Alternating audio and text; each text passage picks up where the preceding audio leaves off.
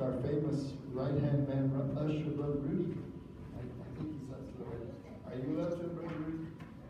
Does anybody need an envelope for the offering today? Anybody? Anybody need an envelope? Okay, we're all good. Nobody needs an envelope. Brother Rudy, he's going to help us. You feeling okay, brother? You know what I appreciate so much about many of you? Many of you come and you're not feeling your best, but you still come.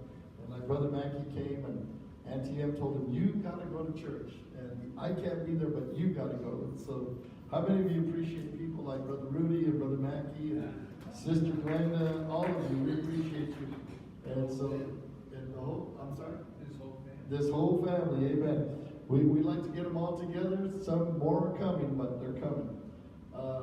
Would you bow your heads as we pray? And we pray for this offering today. Amen. God is good. Can you say amen? Amen. He is faithful. Heavenly Father, I thank you for these offerings that we're holding in our hands. Thank you for the faithfulness of your people that have given to the kingdom of God. Lord, I thank you that I am not like those preachers on TV that treat God like a slot machine. If you give him $10, he has to give you 100 back. If you give 100, he'll give you 1,000 back. No, Lord, we give because we believe in your kingdom, and we believe in your work, in your ministry, and we believe in what you're doing in our midst. And Lord, we are giving this to God. You want our hearts. You already have everything that you need, but Lord, you have our hearts right now. We want to show our love to you by giving our offering, our tithes, whatever we can do. Lord, bless this offering today and multiply it. And Lord, we pray for Brother Ben, because next week we're going to receive an offering for him. But Lord, I just pray a blessing over him and Sister Winifred. In Jesus' wonderful name, amen. And amen. Brother Rudy's going to go by. Smile at Brother Rudy while he goes by, okay? Amen. Give him a big smile. Amen.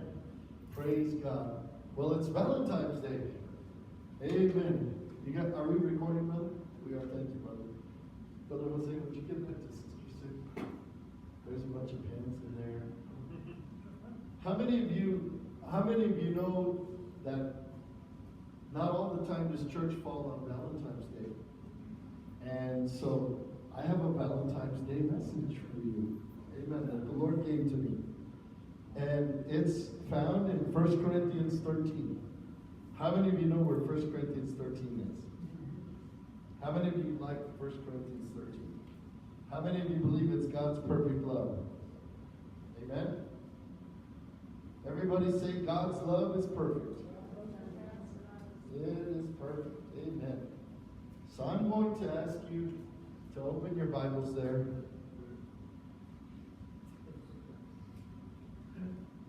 1 Corinthians chapter 13, beginning with verse 1, okay?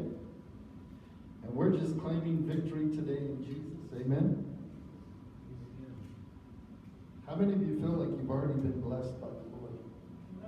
Amen? The Lord has already blessed me, touched my heart.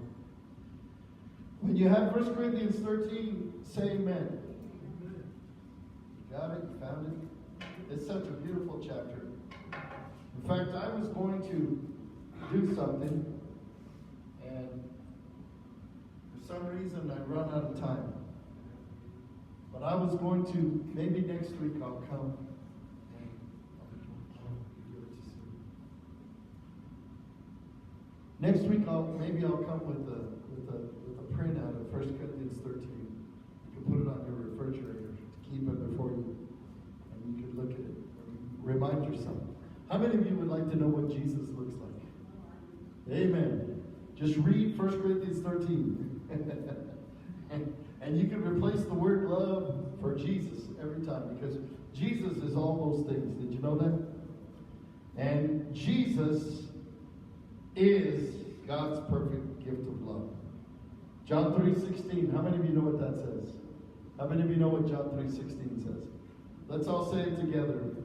For God so loved the world that he gave his only begotten Son, that whosoever believeth in him shall not perish, but have everlasting life. Amen. God's beautiful Valentine gift to us. But let's look at the words of the Apostle Paul. He says, if I speak in the tongues of men and of angels, but have not love, I am only a resounding gong or a clanging cymbal. If I have the gift of prophecy and can fathom all mysteries and all knowledge, and if I have a faith that could move mountains, but have not love, I am nothing. If I give all I possess to the poor and surrender my body to the flames, but have not love, I gain nothing. Love is patient. Love is kind. It does not envy. It does not boast. It is not proud. It is not rude. It is not self-seeking. It is not easily angered. It keeps no record of wrongs. Love does not delight in evil, but rejoices with the truth. It always protects, always trusts, always hopes, always perseveres. Love never fails. Can you say amen? Amen. Love never fails. But where there are prophecies, they will fail. Where there are tongues, they will be stilled. Where there is knowledge, it will pass away. For now we know in part, and we prophesy in part. But when perfection comes, the imperfect disappears. Paul said, when I was a child, I spoke like a child, I thought like a child, I reasoned like a child. But when I became a man, I put childish ways behind me. Now we see but a poor reflection as in a mirror. But then shall we see face to face.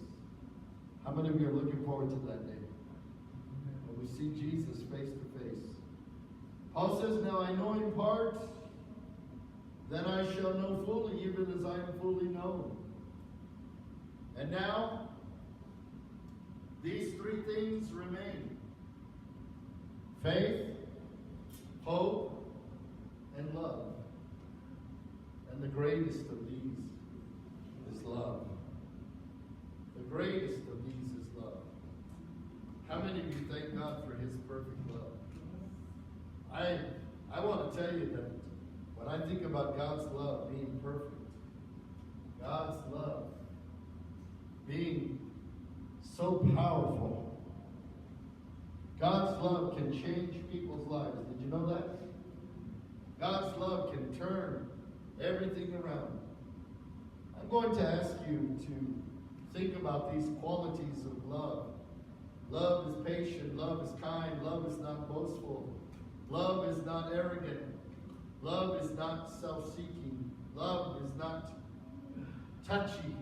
No record of wrongs. How many of you saw that? No record of wrongs. You tear it up. Love keeps no record of wrongs. It always hopes, always believes, always endures. Love never fails. How many of you know that's true? Love never fails. I want to tell you that everything else in this world is going to fail, but love will never fail. I want you to just listen. If you want to turn with me to John chapter 14, verse 15, I'm just going to read one verse. I was reading it in my devotional time yesterday morning, and I came to this verse and I stopped.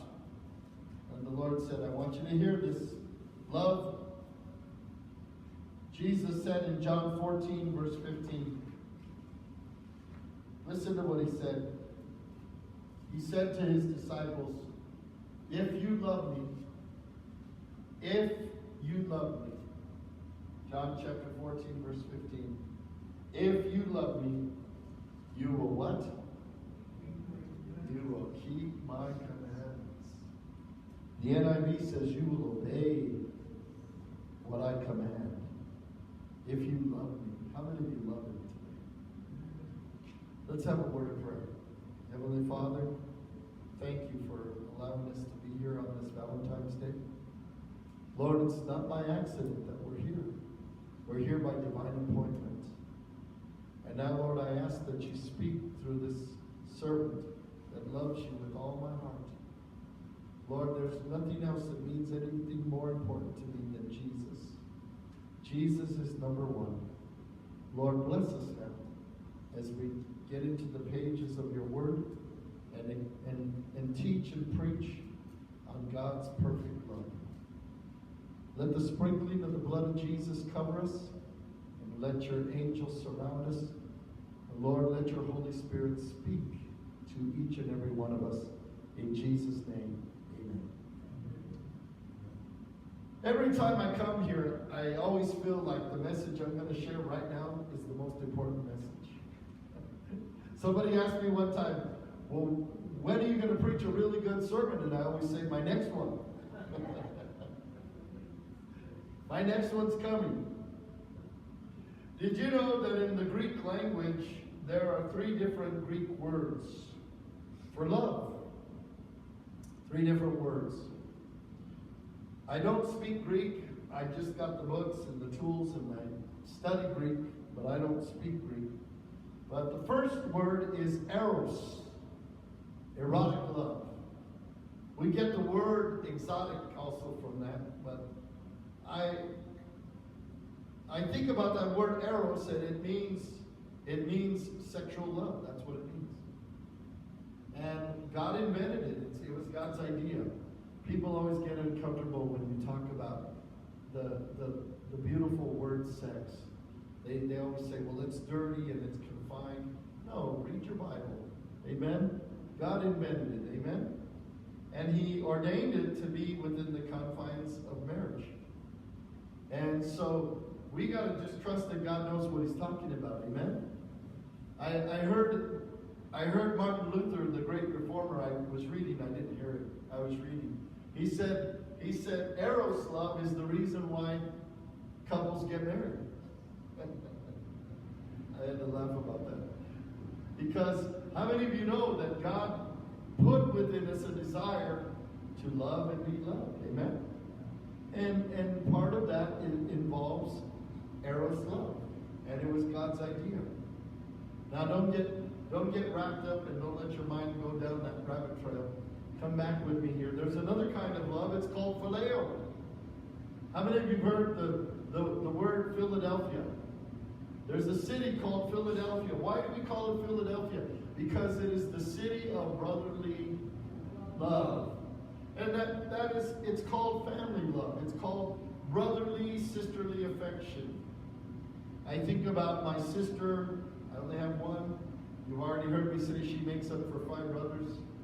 But my sister, she and I share a brother and sister affection. She's my real sister. Her and I both have the same exact DNA. I hope I never need a kidney, because I'm going to have to come and ask her for a kidney, you know. But we have the same DNA. She probably won't give it to me either. The same blood of my dad who is here with us, and the same blood of my mother who's with Jesus right now. That same blood is in my veins. How many of you thank God for your family? Let me see your hand. You thank God for your family. Did you know that the only thing we're going to take to heaven are relationships, our family? And so God wants us to pray for our family. When I prayed with Auntie Emily today, I know she won't mind me saying this. Brother Mankey, you've heard this before. She said to me, Hito, the reason I'm crying is because I am praying for my family to know the Lord, to be saved. She says, that's my heart's cry. It's not even for me, it's for them. And so I think about family love. You know, we didn't choose our family, you know. We didn't know we were going to be Perea, right, Brother Ben? We were just born into this world, and God chose our mom, God chose our dad, and God gave us life. How many of you are glad that God gave us life? Amen. And so I just think about family love, and I say, you know what? We need our family. We need to show that love in our family. We need to pray that God will heal any wounds that there may be in our family, because family families get wounded. Did you know that? People get hurt. People hold on to things. But if we study this love, we're going to find out that this love can heal. Did you know that? God's love can actually heal your heart. And you'll be able to keep no record of wrongs. And you'll be able to forgive and to let go of the past. And let go of any bitterness. And then there's the third Greek word. And this word is called agapeo. We hear the word agape. How many of you heard the word agape? Agape, it means the God kind of love. That's what it means. And my definition for that is unselfish love. Unselfish love. It's the God kind of love. I think about God's perfect love. I like to call it God's perfect love. How many of you know that there are movie stars that have been married 7 or 10 times and they're still looking for the right one? How many? How many of you heard me tell the story? I'm going to tell you what Elizabeth Taylor told all of her husbands. I won't keep you long. That may not be true today, but anyway, how many of you know you ever think, everybody gets all mushy when we talk about love because we think love is a feeling, love is an emotion, and according to the Bible, it's not. Love is a decision. Love is a choice. Love is an act of your will. Because Jesus gives you His love, you automatically give God's love away. Does that make sense? Because we are in Christ and we are saved, we automatically love. And I'm gonna talk to you today about some challenging things because I believe that God's love is so powerful. The Bible says in 1 John chapter 4, it's called in verse 18 perfect love and cast out all fear. But in 1 John 4, 7 and 8, it says, Beloved, let us love one another, for love is of God. And every one that loveth is born of God and knoweth not God. And he that loveth not knoweth not God, for God is love. God is love. How many of you read that before? How many of you know God is love? God is perfect love. And this message was poured into my heart this week. And as I begin to share it with you, I'm here to tell you this message is for everybody. If you're a widow or a widower, if you're divorced, if you're single, and even if you're married, yes, this message is for us married folks. Because this is for us today. How many of you believe we need God's love in the church today? Amen. Come on, somebody say amen. Amen. We need God's love in the church today. And I have to tell you that when it comes to this word agape love, and I think about the flip side of eros love and phileo love. I look at Paul's letter in 1 Corinthians 13, and I look at the context of where it was written. In 1 Corinthians 13, we have the description of love. And it's almost like in 1 Corinthians 12, Paul mentions the gifts, and in 1 Corinthians 14, he mentions the use of those gifts. But right in the middle, he mentions 1 Corinthians 13, and he's talking about God's love. It's almost like a big ham sandwich. How many of you like Subway sandwiches? All right, I got 2 of you. Okay, we're going to Subway. Amen. Think about that. Those 2 pieces of bread, and in between you got the ham, and you got the provolone, and you got the salami, and you got the roast beef. Oh, we're talking about this is bigger than Big Mike Jersey. Amen. We're talking a big sandwich, okay? In 1 Corinthians 13, it's like the meat of the sandwich. And the Apostle Paul is saying to the church, we need the gifts. But don't forget, we need the love. I said, don't forget, we need the love. People say, well, man, if we have all the gifts, people will be coming, banging down our doors. I want to see the gifts. I want to see the gifts. I want to see the gifts. But let me tell you something. If we have the love, they're going to be drawn because God's love has the power to draw people. Amen? God's love. I want to tell you, what did Paul say at the end? Now remains faith, hope, and love, but the greatest of these is what? Love. So, I want to show you today gifts versus fruits. People say, well, we have all the gifts. And I'm going to talk about a lot of churches because I've been around church for 50 years. There are churches today that brag about all their gifts. We have the gifts, brother. We have all the gifts. We've got apostle, prophet, evangelist, pastor, teacher. We've got all the gifts of the Spirit. We've got 1 Corinthians 12. We've got the gifts of healings, workings of miracles, discernings of spirits. We've got all these gifts, tongues, interpretation of tongues, and prophecy. And we've got the gifts of revelation, a word of wisdom, a word of knowledge, discerning of spirit. We've got all the gifts, brother. What does your church have? Almost like we're competing. And then the other church says, well, we don't have any gifts, but we got the fruit. We got love and joy and peace and patience and gentleness and goodness and meekness and self-control and faithfulness. But you know what? It's not either or, it's both. God wants us to have both. How many of you believe that? He wants us to have both. It's not enough to just have gifts. He wants us to have fruit also. Don't forget the fruit. How many of you know the difference between a Christmas tree and an apple tree? You go to a Christmas tree and you take a gift. You go to an apple tree and you say, wait a minute, the apples aren't coming out yet. My peaches haven't come out yet. my plums haven't produced yet. My apricots aren't here yet. Why? Because you have to work on those trees. Amen? Come on, somebody say amen. You know that fruit takes time to develop. God gives you a gift and He doesn't take it away. Amen? God gives you a gift. And there's been a silent divorce in the church world. I'm going to tell you what it is. Theologians call it a silent divorce. There are people that say we're word people. We just believe in the Bible. That's it. We just believe the Bible. We just believe that God has spoken. We teach doctrine. We teach that you should know God's word and you should study God's word. And they become people of the word. And I thank God for them.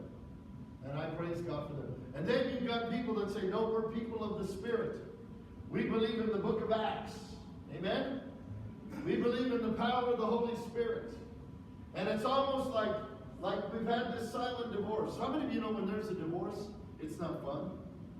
God hates divorce. And I understand now today why He does, more than ever before. Because some of the kids side with the mom, some of the kids side with the dad. Some of the kids go nowhere. But I want you to see something. God is restoring. Everybody say amen. Amen. God is restoring. He is bringing the Word and the Spirit together, and there's a remarriage. How many of you know what I'm talking about? God is remarrying the Word and the Spirit in the church today. And we are realizing that yes, we need doctrine. Yes, we need to know the Bible. Yes. Come on, somebody. We need to know God's Word. Yes. But we need to know the power of the Holy Spirit. We need both. We need both. Brother Ben, those children you're reaching out there in Mexico, they need God's Word and they need the Holy Spirit. Amen. We know the people in this city, they need God's Word and they need the Holy Spirit. So how many of you know that it's not just the fruit, it's not just the gifts, it's the gifts and the fruit, it's the Word and the Spirit. How many of you thank God for that? Amen. It's the Spirit and the Word coming together. And when God begins to do a work, and He does a work of His Spirit and a work of His Word coming to pass, they come together and all of a sudden revival takes place. And we begin to honor God, because I have to ask you, do we want revival? Do we want God to bless this church? Do we want God to bless this church? And so we say we need the Word and we need the Spirit. We need to hear the teaching and the preaching of the Word. But I feel so strongly today to tell you, this is like one of those messages that God just kind of wakes you up in the middle of the night and you're still thinking about it. And I'm there, I can't go back to sleep, so I'm just preaching to myself. And I'm saying, God, speak to me. Lord, help me to say this correctly. I believe this is so important, church, that we've got to get it before us, that we need for God to come and baptize us with His love. Can you say amen? Amen. Don't forget 1 Corinthians 13. There was a lady by the name of Corrie ten Boom. Corrie ten Boom was a Dutch lady. How many of you have heard of that name before? before, Corrie ten Boom. Now Corrie, her family was instrumental during World War II. Did you know that they were hiding Jewish people in their home? Did you know that? Did you know they were arrested because it was illegal to do that? And they went to concentration camps. And did you know that Corrie and her sister went to the same camp, and her sister actually died? She actually, I think she died of pneumonia, something like that. But anyway, they asked Corrie ten Boom after it was all over. They interviewed her in the 1970s. And in 1970, the charismatic movement had just exploded in Christianity.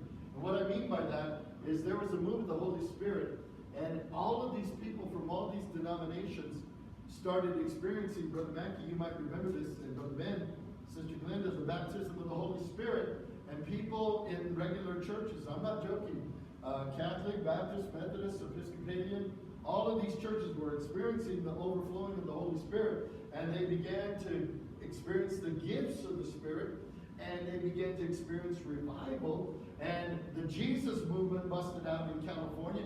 Hippies were coming to God. All these great things were happening, and so they asked Corrie ten Boom, "Are you a charismatic?" And she answered and said, "Yes, I believe in 1 Corinthians 12. She had that accent, you know. She goes, "Yes, I believe in 1 Corinthians 14.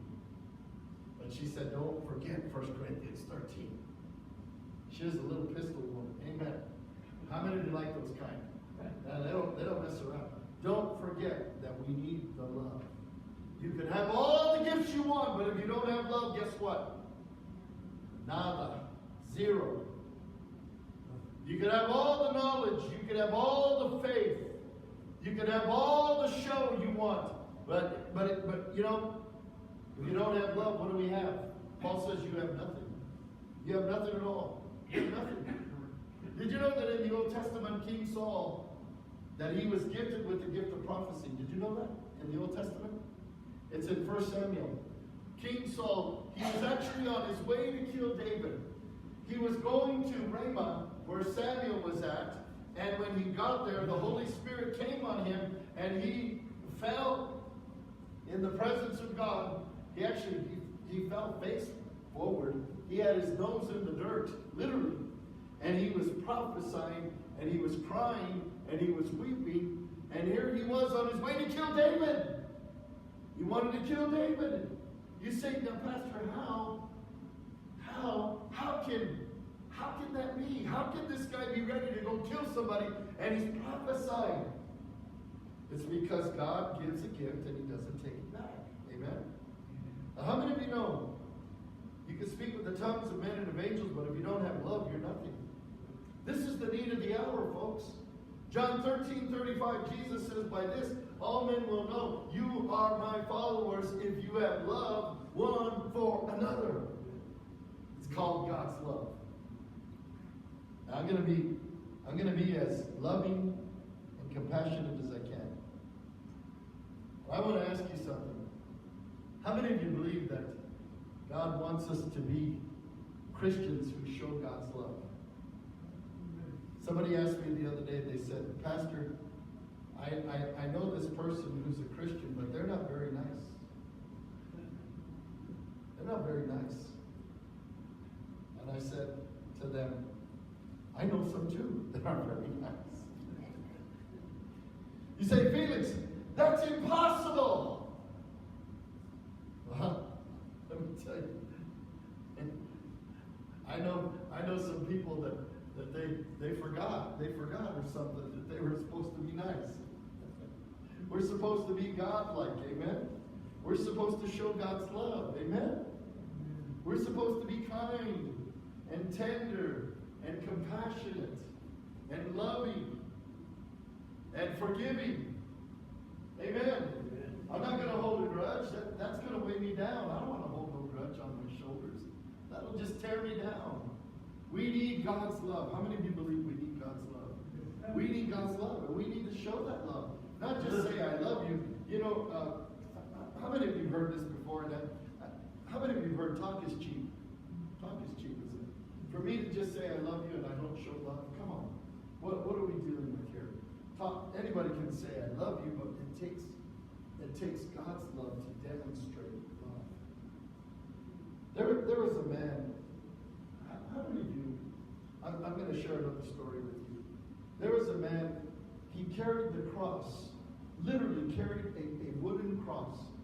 He carried the cross, Brother Matthew, on foot, all across the world. On foot, he carried the cross. He's been to Pueblo, Colorado. Did you know that? He's been to Denver. In fact, he lives right now in Denver. Arthur Blessed, how many of you have heard that name, Arthur Blessed? Arthur Blessed has carried the cross all around the world. I've read some of his books. In fact, I have his number, and I want to tell you that man, he's not a theologian, he's not a pastor, he is an evangelist because he is not ashamed.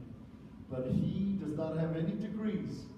But you talk about a man that loves Jesus. Are you ready for this story? Because this story took place in Amman, Jordan.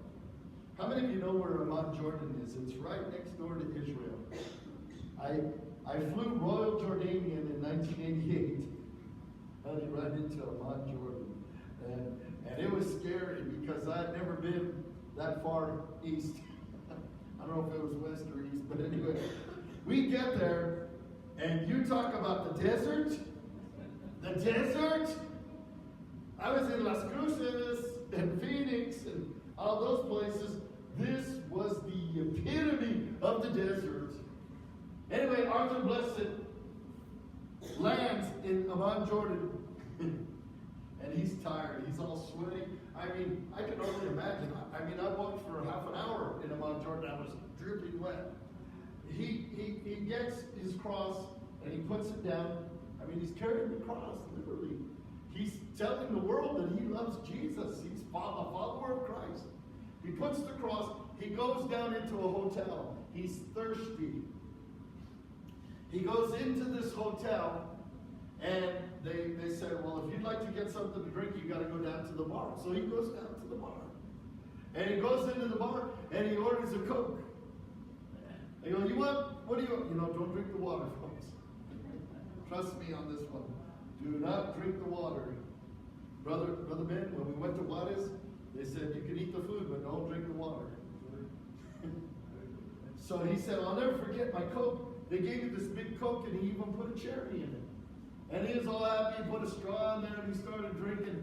He goes, oh, this is so good. This is so good. He drank the whole Coke, the straw. You remember those commercials where the straw just absorbs all the Coke, and you just got ice there showing. So he tells the bartender, how much do I owe you? He says, oh, you don't owe me anything. How do you guys know me? He goes, I don't know you. He says, you see that guy at the end of the bar? And he looked, and there was an Arab guy with a headdress and everything. He goes, he paid for your coat. And he thought, oh my God, I gotta go thank you. So honey, he goes down to thank the guy.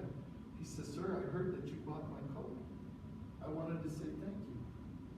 And the man told him in broken English, I want what you have.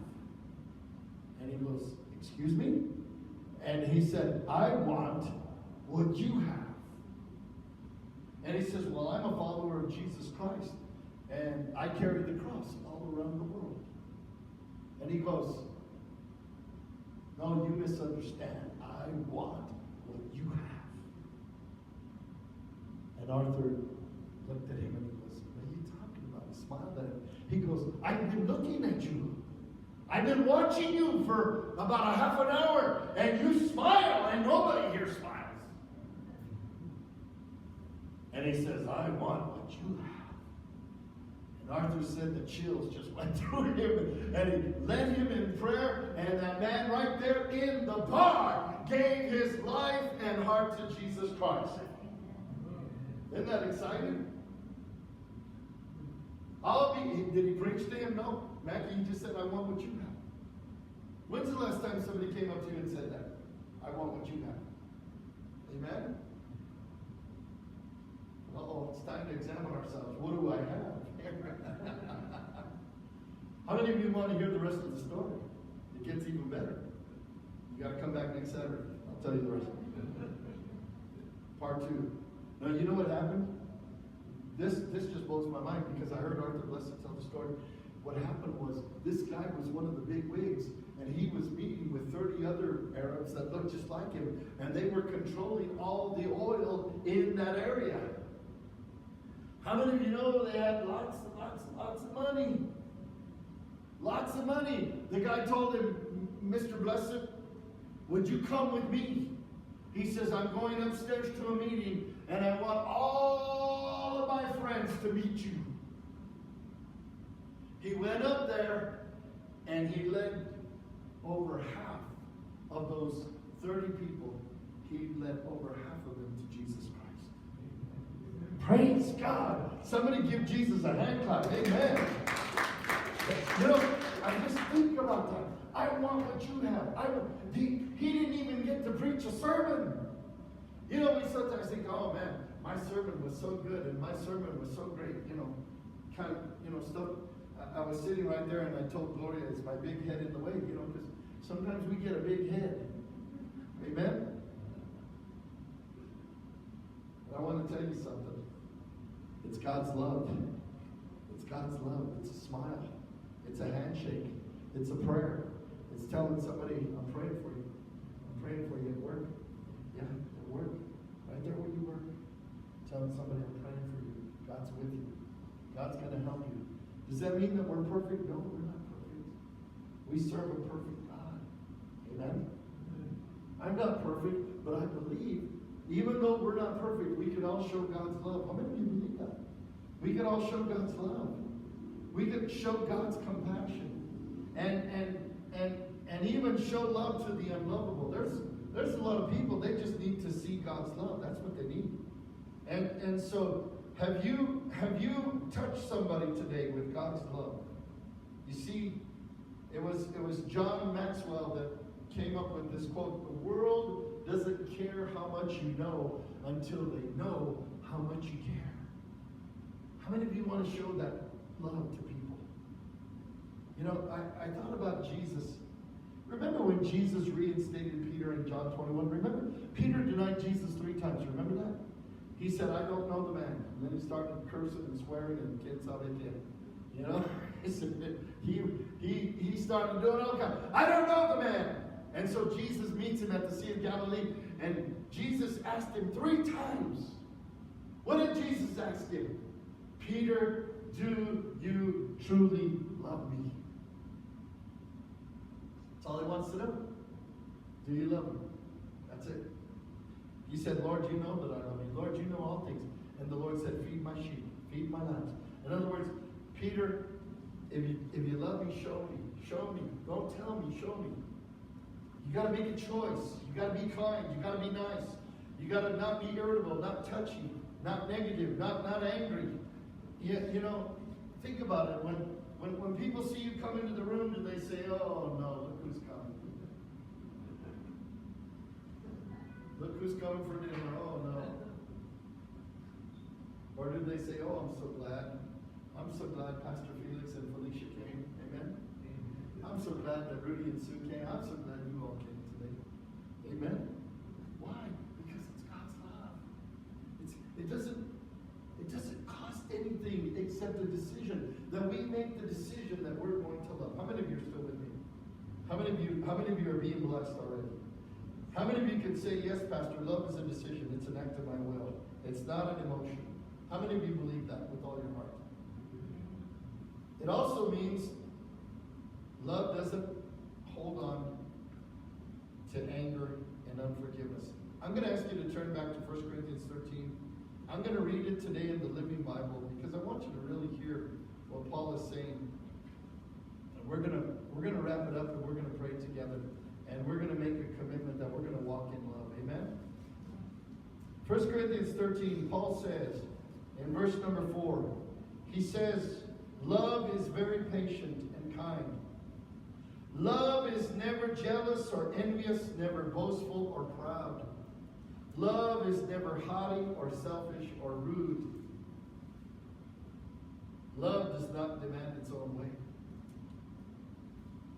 How many of you know those people, they gotta have their way? It's my way or the highway. Have you met those kind of people?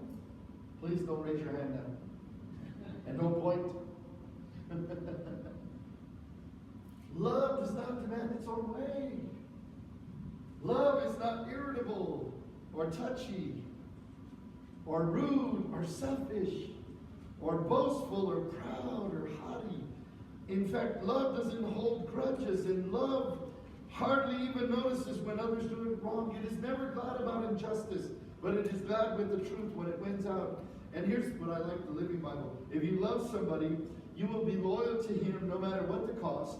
You will always believe in him or her, always expect the best of him or her, and always stand your ground in defending him or her. And all the special gifts and powers of God will someday come to an end, but love goes on forever. You see, prophecy is going to end, knowledge is going to end. Paul says all these things are going to come to an end, but love just keeps on going. Love keeps no record of wrongs. Did you know we like to keep records? Did you know that? How many of you know we like to keep records? The other day, the insurance called and they wanted to find a document, and I'm looking frantically everywhere. All the time it was in my cell phone. Have you ever had a record you had to look for? An important paper? Yes, yes, yes, yes. And now think about this now. Paul says love does not keep a record of wrongs. I believe that marriages can be healed if we'll just stop pointing the finger. Amen? I believe that churches can be healed if we'll stop pointing the finger and stop blaming each other. And you know what? Say, you know what? God called us to forgiveness. Amen? Amen? That was a weak amen, but I'll take it. Amen. Amen. You see, love does not keep a record of wrongs. Love is forgiving. It tears up the IOU. And so today, I want to ask you, are you ready to embrace God's love? Are you ready to embrace God's love? Are you ready for it? Are you ready for it? Because God wants to fill every one of us with His love. Every one of us. He wants to fill you today with God's love. You know what? God's love can move a mountain. God's love. You know what? Today you may have to make that phone call. You may have to change. You may have to say, you know what? I was wrong. You know what? We may have to say, you know what? I believe in God's love so much that God so loved the world that He gave His only Son and sent Him to the cross. Did you know God is a good God? Did you know that Jesus came into this world fully God and fully man? He lived a sinless life. He never sinned. Did you know that even when He was baptized, remember when Jesus was baptized at the age of 30? John the Baptist goes, whoa, wait a minute. You need to be baptizing me, not me, you. And Jesus said, we're going to do this to fulfill all righteousness. Jesus was baptized for us. Did you know that? To be an example to us. And Jesus went to the cross as a sinless man, the God-man.